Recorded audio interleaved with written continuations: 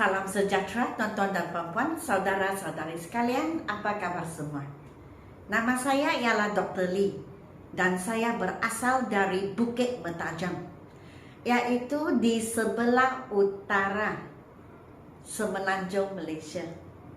Dan kini saya tinggal di Johor, di Kluang Johor buat masa ini. Jadi selamat menyertai program saya, di mana saya berkongsi dengan kalian buku saya.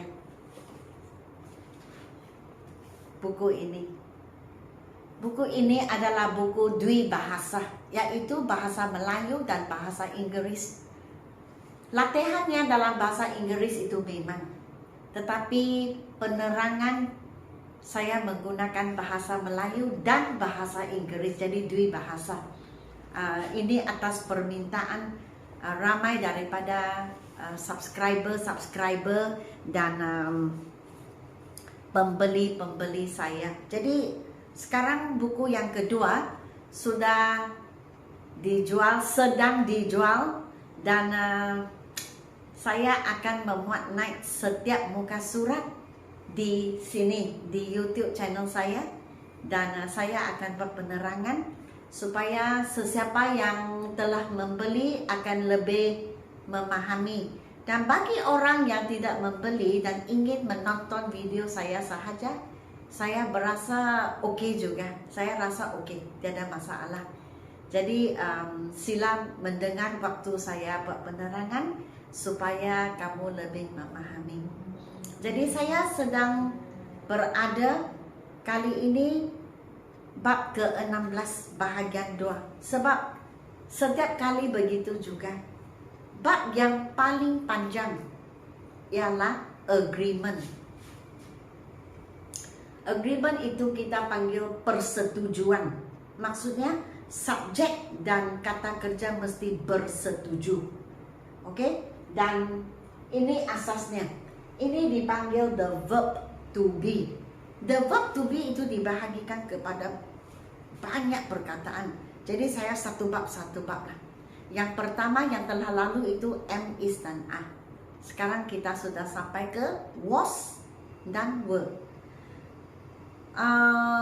Pertama sekali saya ingin memberitahu kalian bahawa was dan were itu digunakan untuk masa lalu. Perkara itu tidak berkaitan dengan sekarang, tidak berkenaan dengan apa yang berlaku pada masa kita bercakap sudah lalu. Contohnya kemarin, yesterday, atau malam semalam, last night, ataupun 2 tahun dahulu, 2 years ago. So perkara itu langsung tidak berkenaan dengan sekarang sebab sudah lalu. Jadi kita menggunakan was dan were untuk menunjukkan bahawa perkara itu tidak berlaku sekarang, sudah berlalu. Okey? Dan untuk latihan ketiga ini, exercise 3, saya bermula dengan 7 ganti nama. Jadi semua latihan ini ataupun latihan ini, semua soalan ini berasaskan ganti nama, pronouns. 7 ganti nama. Saya inginkan kalian untuk ingat bahawa ganti nama itu ada 7. I, you, we, they. Biasanya ini satu keluarga. He, she, it. Lagi satu keluarga. Okey? Untuk I, he, she dan it, kita gunakan was. Untuk you, we ataupun they, kita gunakan were. Dan was, were digunakan untuk apa? Was dan were digunakan untuk kata kerja, gerak-geri, perbuatan. Was dan were juga digunakan untuk kata sifat. Kita panggilnya adjektif. Contohnya sibuk, contohnya letih, contohnya gembira. Kata sifat.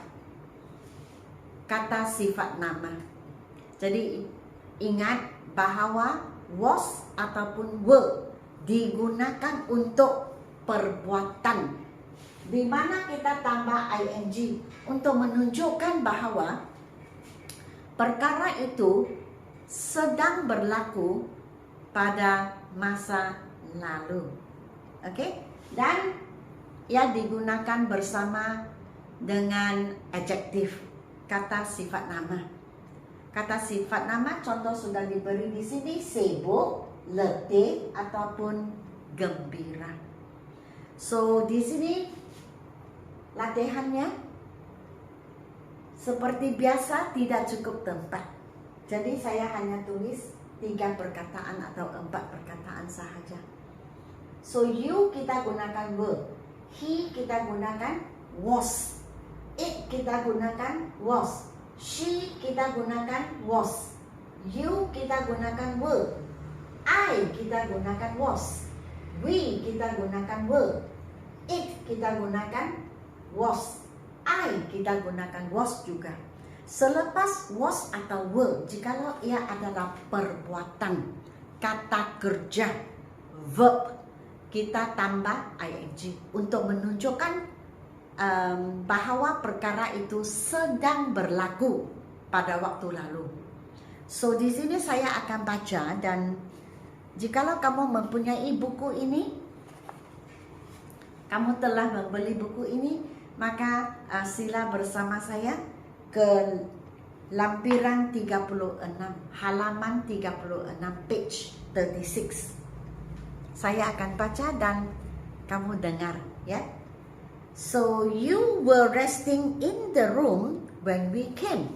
Maksudnya waktu kami datang, kamu sedang berehat di dalam bilik. Maksudnya sudah lalu.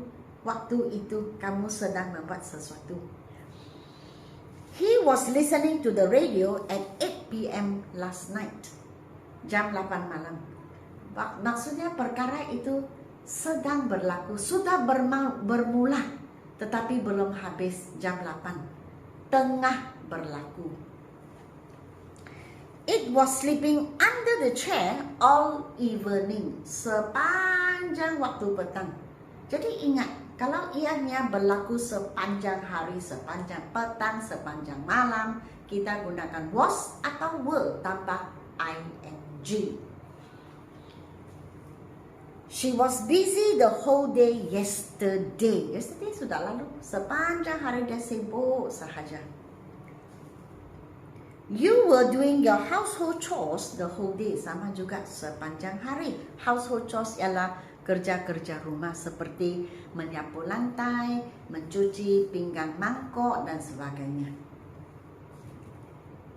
They were not able to come to my birthday party. Able itu adalah kata kerja, adalah kata adjektif. Okay? They gunakan were. I was so tired after jogging in the park. I kita memang gunakan was. Dan tired itu ialah kata adjektif, kata sifat nama. We were playing football when it rained. Maksudnya tiba-tiba hujan. Kami tengah bermain, belum habis bermain. Jadi kita gunakan were tambah ing ataupun was tambah ing. You were ironing your uniform when your mother called. Ibu panggil kamu tengah menyetrika seragam. Jadi kamu belum habis menyetrika, tiba-tiba ibu sudah memanggil. It was barking the whole evening. Wah, sepanjang petang. It di sini pasti anjing, menyala sahaja. I was very happy to receive your email yesterday. Okay, happy ialah kata kerja, kata adjektif, kata sifat nama. Okay, jadi I kita gunakan was. Sekarang kita beralih ke exercise 4, sama juga was ataupun were, tetapi di depan ini bukan ganti nama. So tengok sini. Kalau satu ini bukan I ya. Kalau saya tulis I, saya tulis begini. So ini maksudnya satu. Contohnya bahasa Melayu kita kata seekor, seorang, sebuah, sebatang. Untuk orang, binatang, benda ataupun tempat. Kalau ia satu, kita gunakan was. Jikalau ia lebih daripada satu, kita gunakan were. Okay? So tengok sini, a beggar, seorang pengemis. Bagaimana saya tahu? Hanya seorang, itu satu. Dan kita tahu, orang, binatang, benda, tempat. Kita tambah S kalau banyak. Kalau tidak tambah S maksudnya satu. Biasanya begitu. Jadi di sini beggar tidak ada S, artinya satu. Kalau satu kita gunakan was.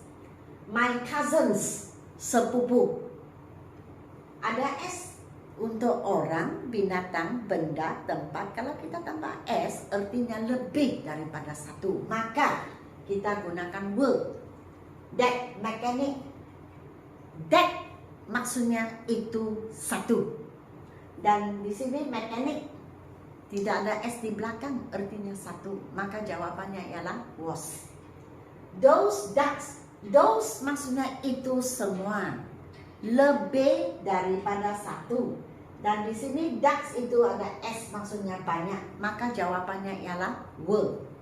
Mr. Lee seorang saja, Encik Lee, maka was. Those maksudnya banyak. Sebab itu shoes ada S, handbags ada S. Maka kita gunakan were sebab lebih daripada satu. That white kite was. That maksudnya itu satu. Kite, layang-layang, tidak ada S. Maka artinya satu. Kalau satu kita gunakan was. The school headmaster. Headmaster guru besar.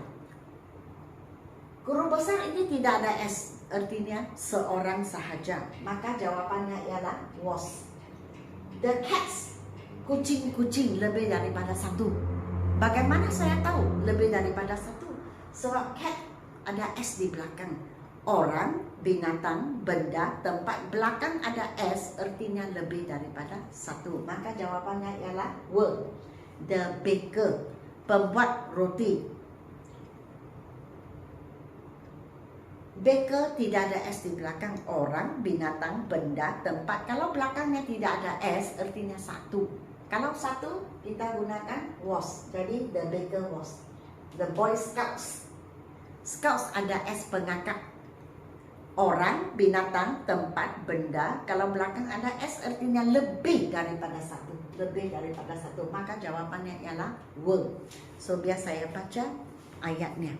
A beggar was sitting outside the shop when I passed by. Maksudnya pengemis tengah duduk. Tiba-tiba saya melalui tempat itu. Jadi dia masih duduk di sana.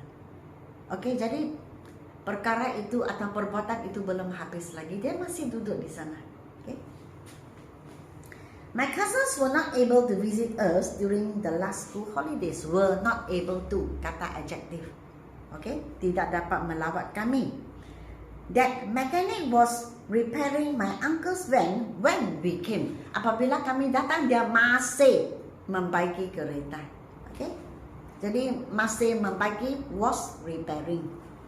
Those ducks were swimming in the pond all afternoon. Sepanjang hari. Afternoon, tengah hari. Wah, berenang sahaja. Jadi were tambah ing. Mr. Lim was working the whole day yesterday. Sepanjang hari Mr. Lim. Oh, saya tulis Mr. Lee. So sepatutnya Mr. Lim. Ya.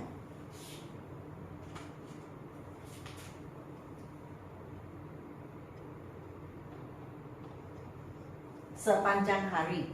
Maka was ing, was working. Those shoes and handbags were bought in Hong Kong. Those maksudnya banyak, jadi kita gunakan were. Were bought maksudnya dibeli. So tadi saya sebut apa? Was atau were, kalau kita tambah ing, maksudnya sedang berlaku. Tetapi was ataupun were boleh digunakan dengan yang bukan ing. Bought, ini bukan past tense ya. Buy, kata dasar, membeli. Masa lalu, bought. Tempat ketiga, bought juga. Yang ketiga ini dipanggil past participle.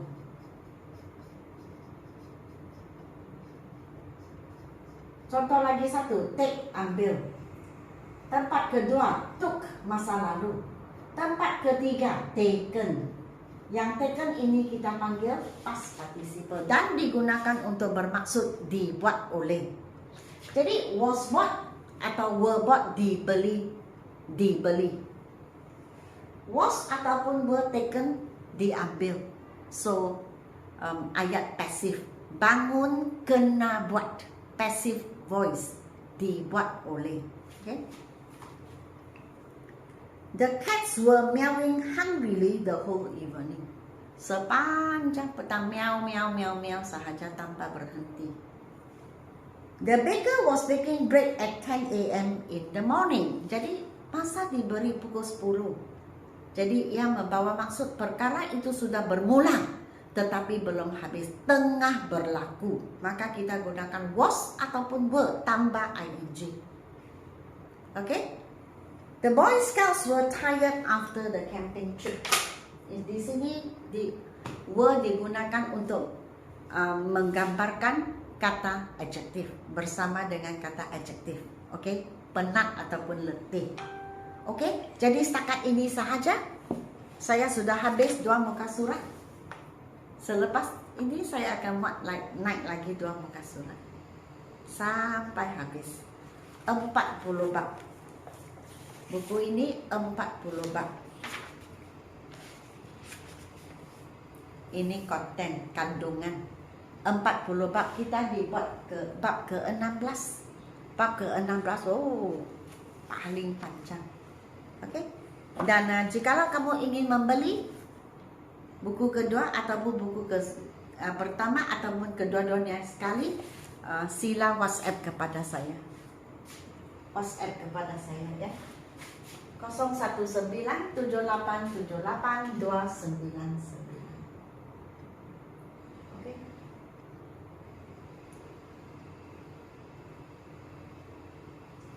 Dan jikalau kamu ingin belajar speaking, saya sudah mula memuat naik di TikTok dan di Instagram juga. Saya akan memuat naik 100 video di TikTok dan Instagram. Sama ada kamu menonton TikTok atau Instagram saya, sama juga. Jadi 100 bab, kamu akan tahu 100 ayat ataupun bab bagaimana bertutur. Sekurang-kurangnya tahu bagaimana menjawab. Oke, jadi setakat ini sahaja. Sila beri saya like, share dan subscribe. Dan sehingga kita berjumpa lagi di bab yang seterusnya. Dan sebelum saya tamatkan video ini, ingin saya memberitahu kalian bahawa saya sudah buat keputusan untuk ke Kuala Lumpur ataupun Selangor untuk membuka pusat belajar English. Dan masih tidak tahu manakah tempat yang saya harus membuka. Sebenarnya saya ada niat untuk membuka di Cyberjaya ataupun Putrajaya. Tetapi oleh kerana saya bukan dari Kuala Lumpur ataupun Selangor, maka saya masih tidak tahu sama ada tempat itu sesuai atau tidak untuk saya membuka pusat belajar dan mengajar di sana juga. Jadi mungkin kamu ada cadangan, dan bolehlah beri saya cadangan. Oke, sekian, terima kasih.